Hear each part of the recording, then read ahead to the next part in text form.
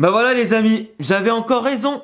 7 ans d'attente pour Inazuma 11 Victory Road, 7 ans d'attente pour voir le bout du tunnel et mettre au moins la main sur la bêta du jeu et faire nos premières games, 7 ans de belles promesses de la part de Level 5 et Akihiro Ino, 7 ans pour ce résultat-là, 7 ans pour une expérience que j'ai partagée pendant 9-10 heures en stream avec vous hier sur Twitch. 7 ans les gars, d'une expérience, et je pense que vous allez tous me traiter d'aigri dans les commentaires, mais honnêtement, ce que j'en ai pensé les gars, c'était zinzin bordel, c'était fou. Merci Akihiro Ino, merci Level 5. Et je vous le dis, les fans d'Inazuma ont enfin été entendus et respectés bordel. Et ça fait du bien. Avoue que tu commençais à flipper dans les commentaires pour ma réaction. Ah mais les gars, je vous le dis dès le début de la vidéo, j'ai rarement eu 9-10 heures de stream d'affilée qui sont passées aussi vite. Je me suis régalé comme un fou sur un jeu qui n'est qu'en bêta et qui est très loin d'un jeu complet, qui est très loin d'être parfait parce que il y a pas mal de choses à revoir, pas mal de points négatifs à revoir pour le jeu complet et à améliorer, c'est le but d'une bêta, mais tous les points positifs laissent en place de belles prémices d'un très bon jeu plus tard et surtout de belles promesses qui te montrent à quel point l'attente est récompensée. Et aujourd'hui, je trouve que l'attente est justifiée quand tu vois le potentiel de zinzin qu'il y a derrière le gameplay et le jeu. On était plus de 400 en live hier les amis, je vous remercie pour votre soutien, c'était fou d'être autant au rendez-vous en tout cas pour la sortie de la démo sur l'eShop et surtout vivre notre passion ensemble, découvrir nos premières games, les difficultés du gameplay qui est quand même compliqué à prendre en main mais tellement jouissif et plaisant à maîtriser en tout cas quand tu y arrives. D'ailleurs on sera ensemble sur Twitch ce soir à partir de 18 h et quasiment tous les autres jours de la semaine. Je te laisse nous rejoindre avec le lien en description et je te mettrai toutes mes rediffs avec les différents matchs que j'ai gagnés, que j'ai perdus ou plein de concepts comme ça que je tournerai en online ou contre vous aussi les abonnés. Tout sera sur la chaîne Alexandre 2. Je te mets aussi le lien en description. Et t'inquiète pas, sur la chaîne principale, il y aura des matchs comme celui de la semaine prochaine qui arrive contre Reims notamment avec un concept plutôt particulier. Donc n'hésite pas à t'abonner, cocher la cloche pour bien sûr ne pas rater les prochaines vidéos. Et dans cette vidéo, je vais vous donner mon avis global sur la bêta, les points positifs et les points négatifs que j'ai relevés et que bien sûr faudra améliorer plus tard. Et je vous laisserai me dire en commentaire quels sont vos avis positifs et négatifs sur la bêta, votre note sur 10 que vous pourriez lui mettre. Et aussi partagez-moi l'équipe que vous avez créée jusqu'à maintenant. Je vous partage la mienne en 3-5-2 avec que des pépites là-dedans, dont mon capitaine Xavier Foster qui m'a déjà régalé en online. J'ai déjà bien avancé sur les levels, sur les raretés et tout ça, et j'espère bien sûr tout compléter au niveau 30 pour chaque joueur et à la rareté légendaire pour pouvoir rouler sur le ranked plus tard. Et tous vous allumer au passage. Alors déjà pour vous partager mes impressions in-game, mais aussi les avis positifs que j'ai pensé de la bêta, déjà dès le lancement du jeu, t'as une ambiance qu'elle soit visuelle et auditive, mais qui te met directement dans l'immersion totale d'Inazuma 11 Victory Road. Tu comprends déjà que t'auras pas accès à un simple jeu de football. C'est un jeu de football compétitif et stratégique qui sera exigeant avec une prise en main qui va être compliquée mais terriblement jouissif quand tu vas la maîtriser et globalement tu vas pouvoir te régaler en jouant un nombre de parties incalculable pour justement tout maîtriser et automatiser ça dans ta tête. Mais déjà, tu sois fan ou pas d'Inazuma, tu peux que voir en tout cas que tu en prends plein la gueule et globalement au-delà des informations extrêmement nombreuses à assimiler sur tous les points, artistiquement parlant, c'est très réussi. Là, on est sur la bêta de la Switch, mais globalement, c'est quand même plutôt joli. J'attends de voir ça sur la version complète, notamment sur PC, PS4 et PS5, mais sur la Switch, on n'est déjà pas à plaindre. Mis à part le fait qu'il y a quand même certains personnages qui sont à mon sens beaucoup trop arrondis dans leurs traits avec des têtes de Choupi par exemple, globalement les personnages sont très fidèles, sont bien réussis, les super techniques sont magnifiques, là il n'y a rien à dire, le terrain est très bien proportionné, du moins il n'est pas trop petit ni trop grand, tout comme les joueurs sur le terrain qui ont la place de bouger, ils se marchent pas dessus, t'as la place de déployer ton football et ta stratégie comme tu l'entends, du moins si tu y arrives, et globalement après les super tactiques qui s'activent ne viennent pas casser le rythme du match et surtout visuellement s'aligne parfaitement et s'adapte parfaitement au jeu et c'est quand même super beau à voir sur le terrain, les zones qui s'illuminent, etc. Et puis en plus, les cinématiques, quand les joueurs rentrent sur le terrain, c'est hyper badass, c'est hyper intéressant, ça te met directement dans l'ambiance, même si j'aurais aimé qu'il y ait peut-être plus d'ambiance sonore, notamment des supporters, tout ça, plus que en tout cas l'ambiance sonore dans les menus, in-game, etc. Globalement, c'est très très bien réussi. En plus, t'as les doublages japonais pour les techniques, pour les réactions, etc. des joueurs, c'est quand même plutôt pas mal. Même si on espère, pourquoi pas, un doublage français qui pourrait être intéressant. Mais au-delà de l'aspect visuel, le jeu nécessite que tu sois extrêmement concentré de la première à la dernière seconde du jeu. Et comme je te le répète, que t'affrontes un mec qui est 5 levels de plus que toi avec ses joueurs, ça change rien. Tu peux le battre en étant beaucoup plus malin. Parce que là, Level 5 ne veulent pas des mecs qui bourrinent et qui jouent n'importe comment, mais des gens qui réfléchissent, en faisant les bons choix, avec des duels qui vont s'enchaîner sans répit, parce que là le jeu, manette en main, avec tes joueurs, ça va paraître assez lent, ça va paraître assez difficile à maîtriser, ça va être peut-être pas forcément fluide pour toi, parce que Level 5 veut dynamiser le jeu dans la prise de décision, avec des temps qui sont de plus en plus courts au fur et à mesure du match et des situations, avec des situations où tu vas devoir récupérer le ballon et surtout aller, pourquoi pas, dépasser l'adversaire, et globalement, il va falloir réagir et réfléchir très vite. Il y a différents modes, comme notamment le mode zone qui va ralentir l'action en défense ou en attaque, qui va pousser la défense à activer des remparts pour couper les lignes de passe, pour intervenir, couper aussi les frappes, les atténuer avant que le gardien, pourquoi pas, se charge de la frappe finale. T'as le côté de la zone au niveau offensif où tu vas pouvoir faire, pourquoi pas, des chaînes de tir, des chaînes de passe pour contourner les défenses et aller marquer ensuite derrière. T'as pas mal d'occasions comme ça pour te mettre en évidence. T'as le système de focus où tu auras deux joueurs qui vont être au duel pour soit conserver la balle, dribbler ou pourquoi pas la dévier pour un coéquipier. Faut appuyer au bon moment et c'est quand même super dur, surtout quand les deux font à peu près un score similaire. Là, c'est la RNG qui fait le reste. Mais globalement, tu as aussi ce système de duel où les joueurs vont s'affronter pour soit les dribbler, soit faire une passe, mais en général pour qu'il y ait une confrontation et surtout augmenter la jauge de tension qui sera le maître mot du gameplay. Et vraiment le but du gameplay, c'est surtout de rentrer dans la tête de l'adversaire. Si tu penses que l'adversaire va attaquer de ce côté-là, tu pourras le tacler comme il faut. Si tu penses qu'il va faire une passe, tu pourras l'intercepter. Si tu penses pouvoir le faire reculer, tu le fais reculer. Si tu penses pouvoir le dribbler ici, tu peux le dribbler comme ça. Et tu as plein de méthodes qui permettent notamment de prendre le contrôle de la possession,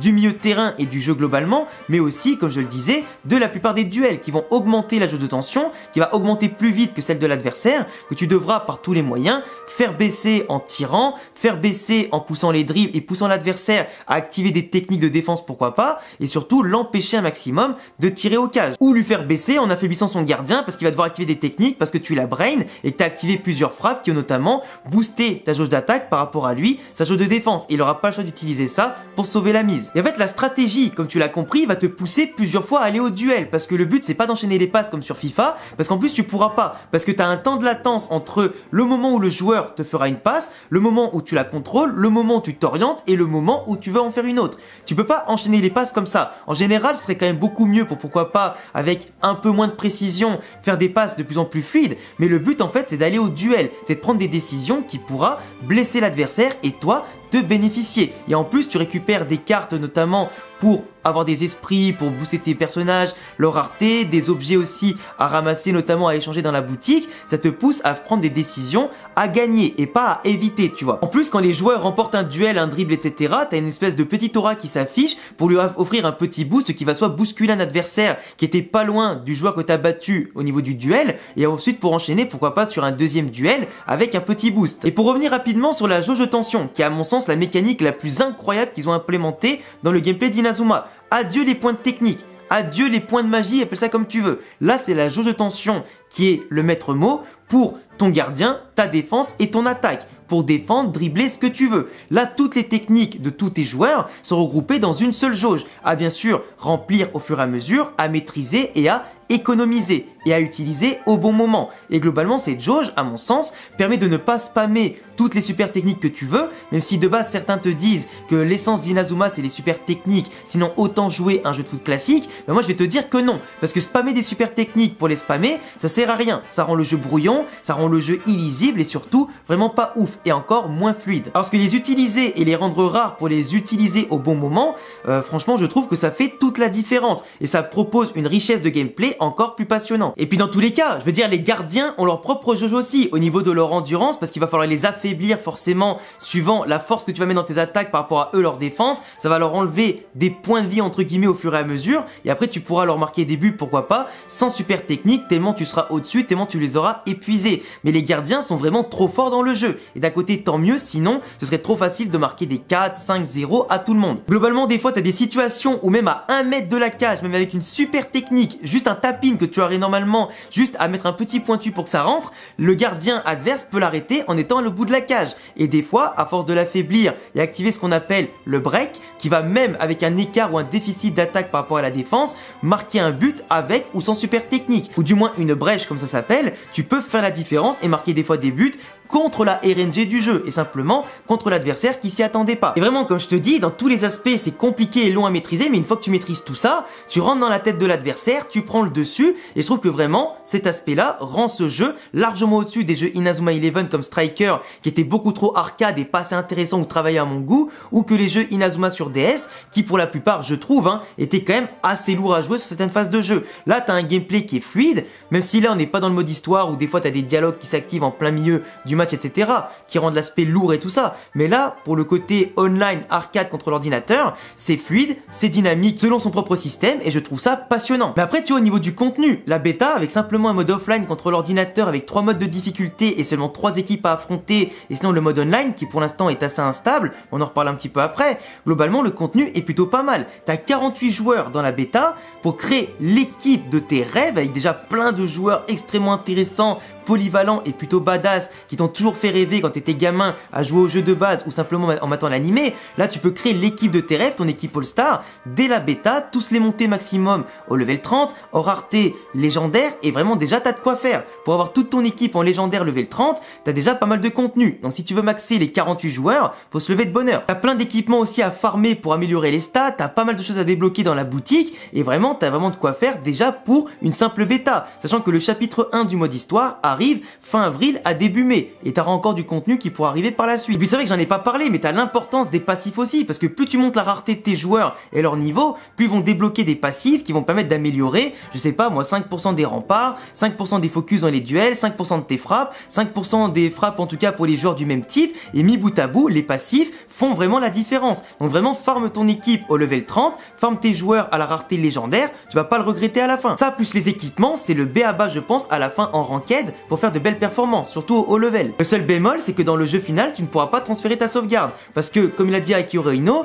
certains joueurs comme Mark Evans, Axel Blaze, etc., globalement les joueurs les plus connus et les plus forts, seront extrêmement rares, et là, on te les offre dès le début du jeu, et après, t'as plus qu'à farmer jusqu'à légendaire, et en gros, t'auras plus qu'à les transférer dans le jeu final, et c'est pas ça le but. Le but, c'est de t'apprendre à farmer de base, à aller chercher les joueurs que tu veux, à être patient, et forcément, pourquoi pas, essayer d'autres joueurs que ceux qu'on t'offre dans la bêta quand t'auras le jeu final, dont notamment les personnages originaux qu'on verra dans le mode histoire. Même si je comprends la déception de farmer des centaines d'heures pour rien aujourd'hui, globalement ça te fait quand même une expérience, du gameplay et c'est ça le principal, tester la stratégie et la mettre en place. Et tu vois, je vais te dire, autant dans le jeu globalement, en 9-10 heures de jeu, voire un peu plus, je me suis régalé offensivement. Moi personnellement je suis très fort pour procurer des occasions, pour créer du jeu, arriver dans la cage adverse et surtout tirer un maximum de fois. Et en plus dans les dribbles je suis plutôt pas mal. Par contre il y a des aspects négatifs dans le jeu dont on va parler aujourd'hui. Et c'est clairement la défense bordel. La défense, mais c'est extrêmement dur à manier. Et ça peut te bouffer des matchs,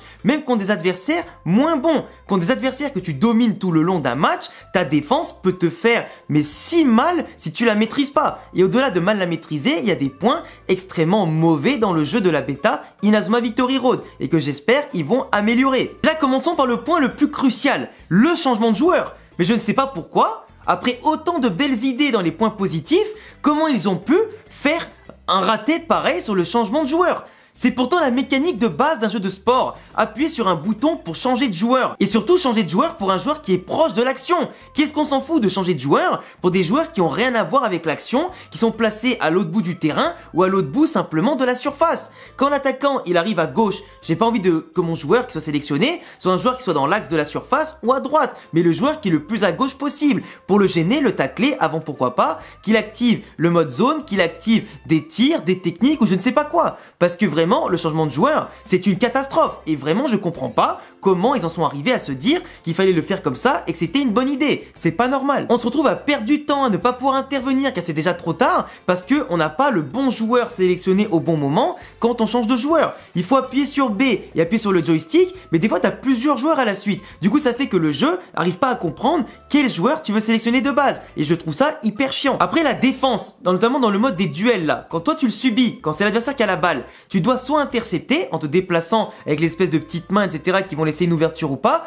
ou tacler. Mais des fois, la prise de décision et surtout les lags en online sont super lents. Le temps que t'appuies, l'adversaire il est déjà passé, il a déjà accéléré que toi t'as pas bougé. Des fois c'est cataclysmique parce que des fois t'as l'impression d'y arriver, mais en fait, il n'y a pas forcément de logique. Des fois tu comprends la mécanique, t'interviens, tout se passe bien, tu fais la même logique, la même mécanique et tu passes totalement aux fraises. Je parle pas simplement d'un joueur qui prend la bonne direction par rapport à toi, mais vraiment il y a des fois, le jeu est vraiment en retard sur l'aspect défensif. Je trouve que le jeu a trop mis l'accent sur l'aspect offensif plutôt que défensif. C'est beaucoup moins fluide les mécaniques en défense qu'en attaque, tu vois. Même si des fois tu arrives à bien te positionner pour intercepter les passes, pour repartir, pour bien tacler avant même l'activation des duels, par moment c'est compliqué. Et en plus les arbitres, je sais pas si pour vous c'est pareil, mais moi j'ai la poisse. À chaque fois, il y a faute contre moi. Et pareil pour la mécanique où tu vas sprinter quand tu récupères le ballon. Tu fais un sprint pour pouvoir gagner du terrain parce que quand t'as la balle, t'arrives pas trop à accélérer par rapport à quand tu défends. Là tu peux accélérer de manière ultra fluide, mais quand t'as la balle, tu vas beaucoup moins vite. Et en plus de ça, quand tu sprintes avec l'espèce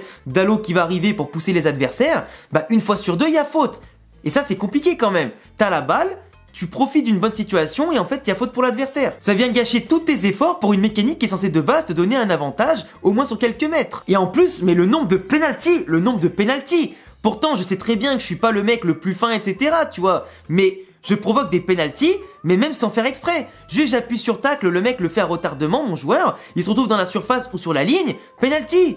Le nombre de penalties que j'ai mangé, c'est un truc de malade mental. Après, il y a une mécanique qu'il faut absolument revoir dans le jeu final. Parce que c'est une méta, les amis, que je trouve anti-jeu et vraiment extrêmement dégueulasse et qui vient un peu gâcher la stratégie. Tout à l'heure, je te parlais d'un jeu qui se veut compétitif et stratégique, mais il y a une mécanique, limite, qui vient un peu tout gâcher. C'est le hors-jeu, bordel. Le hors-jeu qui est inexistant. Tu peux avoir des joueurs adverses qui vont camper proche ou dans la surface et ils vont se contenter H24 d'avoir deux ailiers, un attaquant en leur balançant les ballons devant tout le long.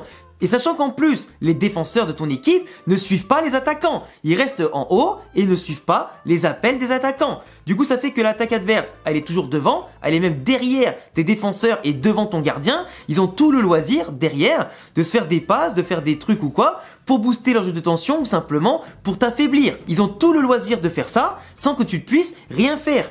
Et du coup, moi qui joue en 3-5-2 la plupart du temps, et ben souvent je me fais prendre à défaut par des balles longues dans mon dos parce que les joueurs campent devant ma surface et que mes défenseurs sont aux fraises, tu vois. Et ça c'est problématique. Donc si on doit tous jouer avec des compos défensives, franchement c'est pas ouf, tu vois. Et vraiment le hors-jeu faut le mettre parce que même si quand t'es hors-jeu par exemple et que tu vas tirer, t'as un malus en étant hors-jeu quand tu vas attaquer, bah désolé ça suffit quand même à affaiblir le gardien. Et globalement quand tu joues que comme ça, que tu cherches pas à construire un peu, à aller au duel, etc., c'est vraiment ultra pénalisant parce que l'autre au bout d'un moment, si tu récupères quelques ballons et qu'il t'enchaîne comme ça, bah tu vas vite te prendre des buts et malheureusement t'as rien pu faire. Et ça vraiment c'est les seuls points négatifs que j'ai à dire sur le gameplay. Sinon comme je vous le dis, tout le reste est vraiment pas mal. La défense est super dure à maîtriser, il y a certains points qu'il faut améliorer, le hors-jeu qu'il faut supprimer, mais globalement il y a quand même pas mal de choses qui sont quand même extrêmement bonnes, tu vois. Mais ces petits détails qui sont frustrants peuvent des fois te gâcher des matchs, te faire perdre et surtout pourquoi pas te rendre l'expérience un peu désagréable. Surtout pour les gens qui par exemple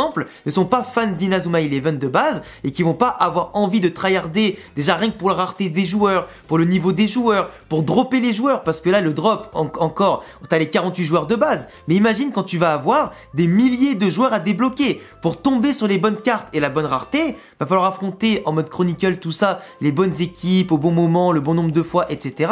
Mais ça reste de la chance. Le gacha pour obtenir la rareté des joueurs, des fois tu peux tomber sur des cartes rares, notamment au niveau émérite, donc les cartes jaunes dès le début, mais si t'as pas de chance, tu vas te taper que des cartes bleues, des cartes vertes, donc la rareté la plus bidon, tu vois. Donc ce côté gacha, heureusement tu payes pas. C'est un aspect très aléatoire qui peut frustrer aussi la montée, en tout cas en gamme de certains joueurs, pour débloquer les passifs et leur puissance, qui pourrait je pense freiner ceux qui sont pas fans d'Inazuma. Et si en plus le gameplay avec la défense devient très dur à maîtriser, qu'il y a pas mal de bugs et de problèmes comme ça, bah je peux comprendre que ça dégoûte aussi sur le gameplay, je peux le comprendre. Si t'es pas fan d'Inazuma Eleven plus que ça, je peux comprendre qu'à la fin, au bout de quelques jours, quelques semaines, tu passes ton chemin. Mais le point le plus ridicule qu'il faut absolument, mais qui, s'il vous plaît, réglez ça, les serveurs online, s'il vous plaît, j'en peux plus. Que ce soit en match privé avec les abonnés ou en match ranked, donc classé en online, mais c'est quasiment impossible d'en enchaîner 3 ou 4 sans être déconnecté. Entre l'adversaire qui se déconnecte pour H-Kit parce que tu mènes de 2 ou 3 buts à la mi-temps, et en plus ça te fait ni gagner de points, ni lui il en perd, ça t'annule totalement tout, mais en plus si tu drops en cours de match, pendant un match online, hein, des cartes super rares, tu les perds toutes en cas de déconnexion et en cas de problème de serveur. C'est pas automatiquement mis dans ton inventaire. Et ça, c'est casse-couille. Donc imagine, t'as une carte jaune qui va popper enfin par je ne sais quel miracle. S'il y a une déconnexion, un problème, tu l'as perdu. Et là, t'as les boules. Et après, en online, mais le nombre de bugs que j'ai eu, que ce soit en mode focus où tu peux pas prendre la décision, en mode duel où les joueurs se rentrent dedans et restent bloqués, quand le ballon il sort en touche et finalement, il est remis en jeu tout de suite, quand le jeu t'as là une décision à prendre dans la mode zone et que finalement ton tir il se fait pas ou que l'ordinateur simplement il fait bugger ton écran. Mais le jeu continue, l'adversaire a récupéré le ballon, il a déjà commencé son action. Ou des fois tu peux pas prendre la décision pour le gardien pour faire, ou la défense par exemple pour activer une technique, ou alors des fois tu commences un tacle mais le temps qu'il arrive, le joueur adverse est déjà parti. T'as des actions où tu penses avoir gagné le duel mais finalement le tacle il va faire 20 mètres pour t'arracher la balle. Tu comprends pas en fait, il y a plein de bugs comme ça qu'il faut régler, bien sûr, vu que c'est qu'une bêta, mais c'est extrêmement gênant parce que ça n'arrive qu'en online, tu vois. Mis à part les freezes, après en ranked, ce qui est quand même chiant, c'est que tu peux affronter des gens qui ont 5 ou 6 niveaux de plus que toi et tes joueurs. Même si j'ai dit que ça ne remettait pas en question tes chances de victoire totalement, mais ça reste quand même un avantage considérable d'affronter des mecs qui ont plus farmé que toi, qui ont des joueurs à la rareté plus importante que toi parce qu'ils ont plus joué que toi. C'est quand même problématique, tu vois. Et normalement, tu devras affronter que des gens qui ont le même niveau d'équipe que toi ou à peu près équivalent, de 1 ou 2 levels en moins ou plus à la limite, ça change pas grand chose, mais 5 ou 6 voire plus, c'est aberrant. Et des fois j'ai même affronté des gens qui avaient le rang au-dessus du mien, tu vois. Donc c'est quand même aberrant. Et ça peut frustrer les nouveaux joueurs qui dès le départ avec leur équipe de niveau 5 ou 6, même 10, vont tomber contre des équipes level 20, 30 ou etc. Et ça peut être très compliqué. Surtout que c'est chiant parce que je sais pas si ce sera pareil dans le jeu complet, mais dans la bêta, on te pousse à jouer en online parce que tu gagnes 5 fois plus d'expérience, voire plus, tu gagnes beaucoup plus de cartes rares, de drops, de rareté, etc. en jouant en online qu'en offline. Donc déjà que le farming des objets, de la rareté et des niveaux, il est long, si tu te prives de jouer en online à cause des serveurs, l'expérience, elle peut vite être gâchée, tu vois, et très redondante. Que l'ordinateur, c'est bien marrant, mais même les modes de difficulté les plus importants, dès que tu as compris les mécaniques, en général, l'ordinateur, tu le poutres, tu vois. C'est pas les mêmes réactions, c'est pas la même vitesse d'exécution et de réflexion qu'avec un vrai joueur. C'est beaucoup plus complexe contre un vrai joueur qu'en IA, tu vois. Enfin bref, les amis, moi pour cette bêta, je vais quand même mettre la note finale de 7 sur 10 pour l'instant parce que j'ai vraiment kiffé mon expérience, le gameplay est très bon, il y a des choses frustrantes mais il faut apprendre à passer outre justement pour s'amuser et s'améliorer, continuer de tryharder jusqu'à ce que ça passe et passer au-delà des bugs potentiels ou des faiblesses que tu peux avoir sur les mécaniques très complexes à maîtriser. C'est avant tout du tryhard, de la stratégie et de la réflexion. Après les points négatifs seront améliorés dans le jeu complet comme le bug online, comme certains bugs de maniabilité, en espérant aussi que certaines choses soient patchées très rapidement, mais sinon globalement tout est plutôt bien équilibré, tout est bien satisfaisant et c'est avant tout ça qu'on demandait, une belle expérience en tant que fan d'Inazuma. Je vous laisserai me dire les amis tout ce que vous en pensez, n'hésitez pas à vous abonner, cocher la cloche, mettre un petit pouce bleu et me follow avec tous les réseaux en description et à bientôt les amis pour prochaine vidéo. Ciao.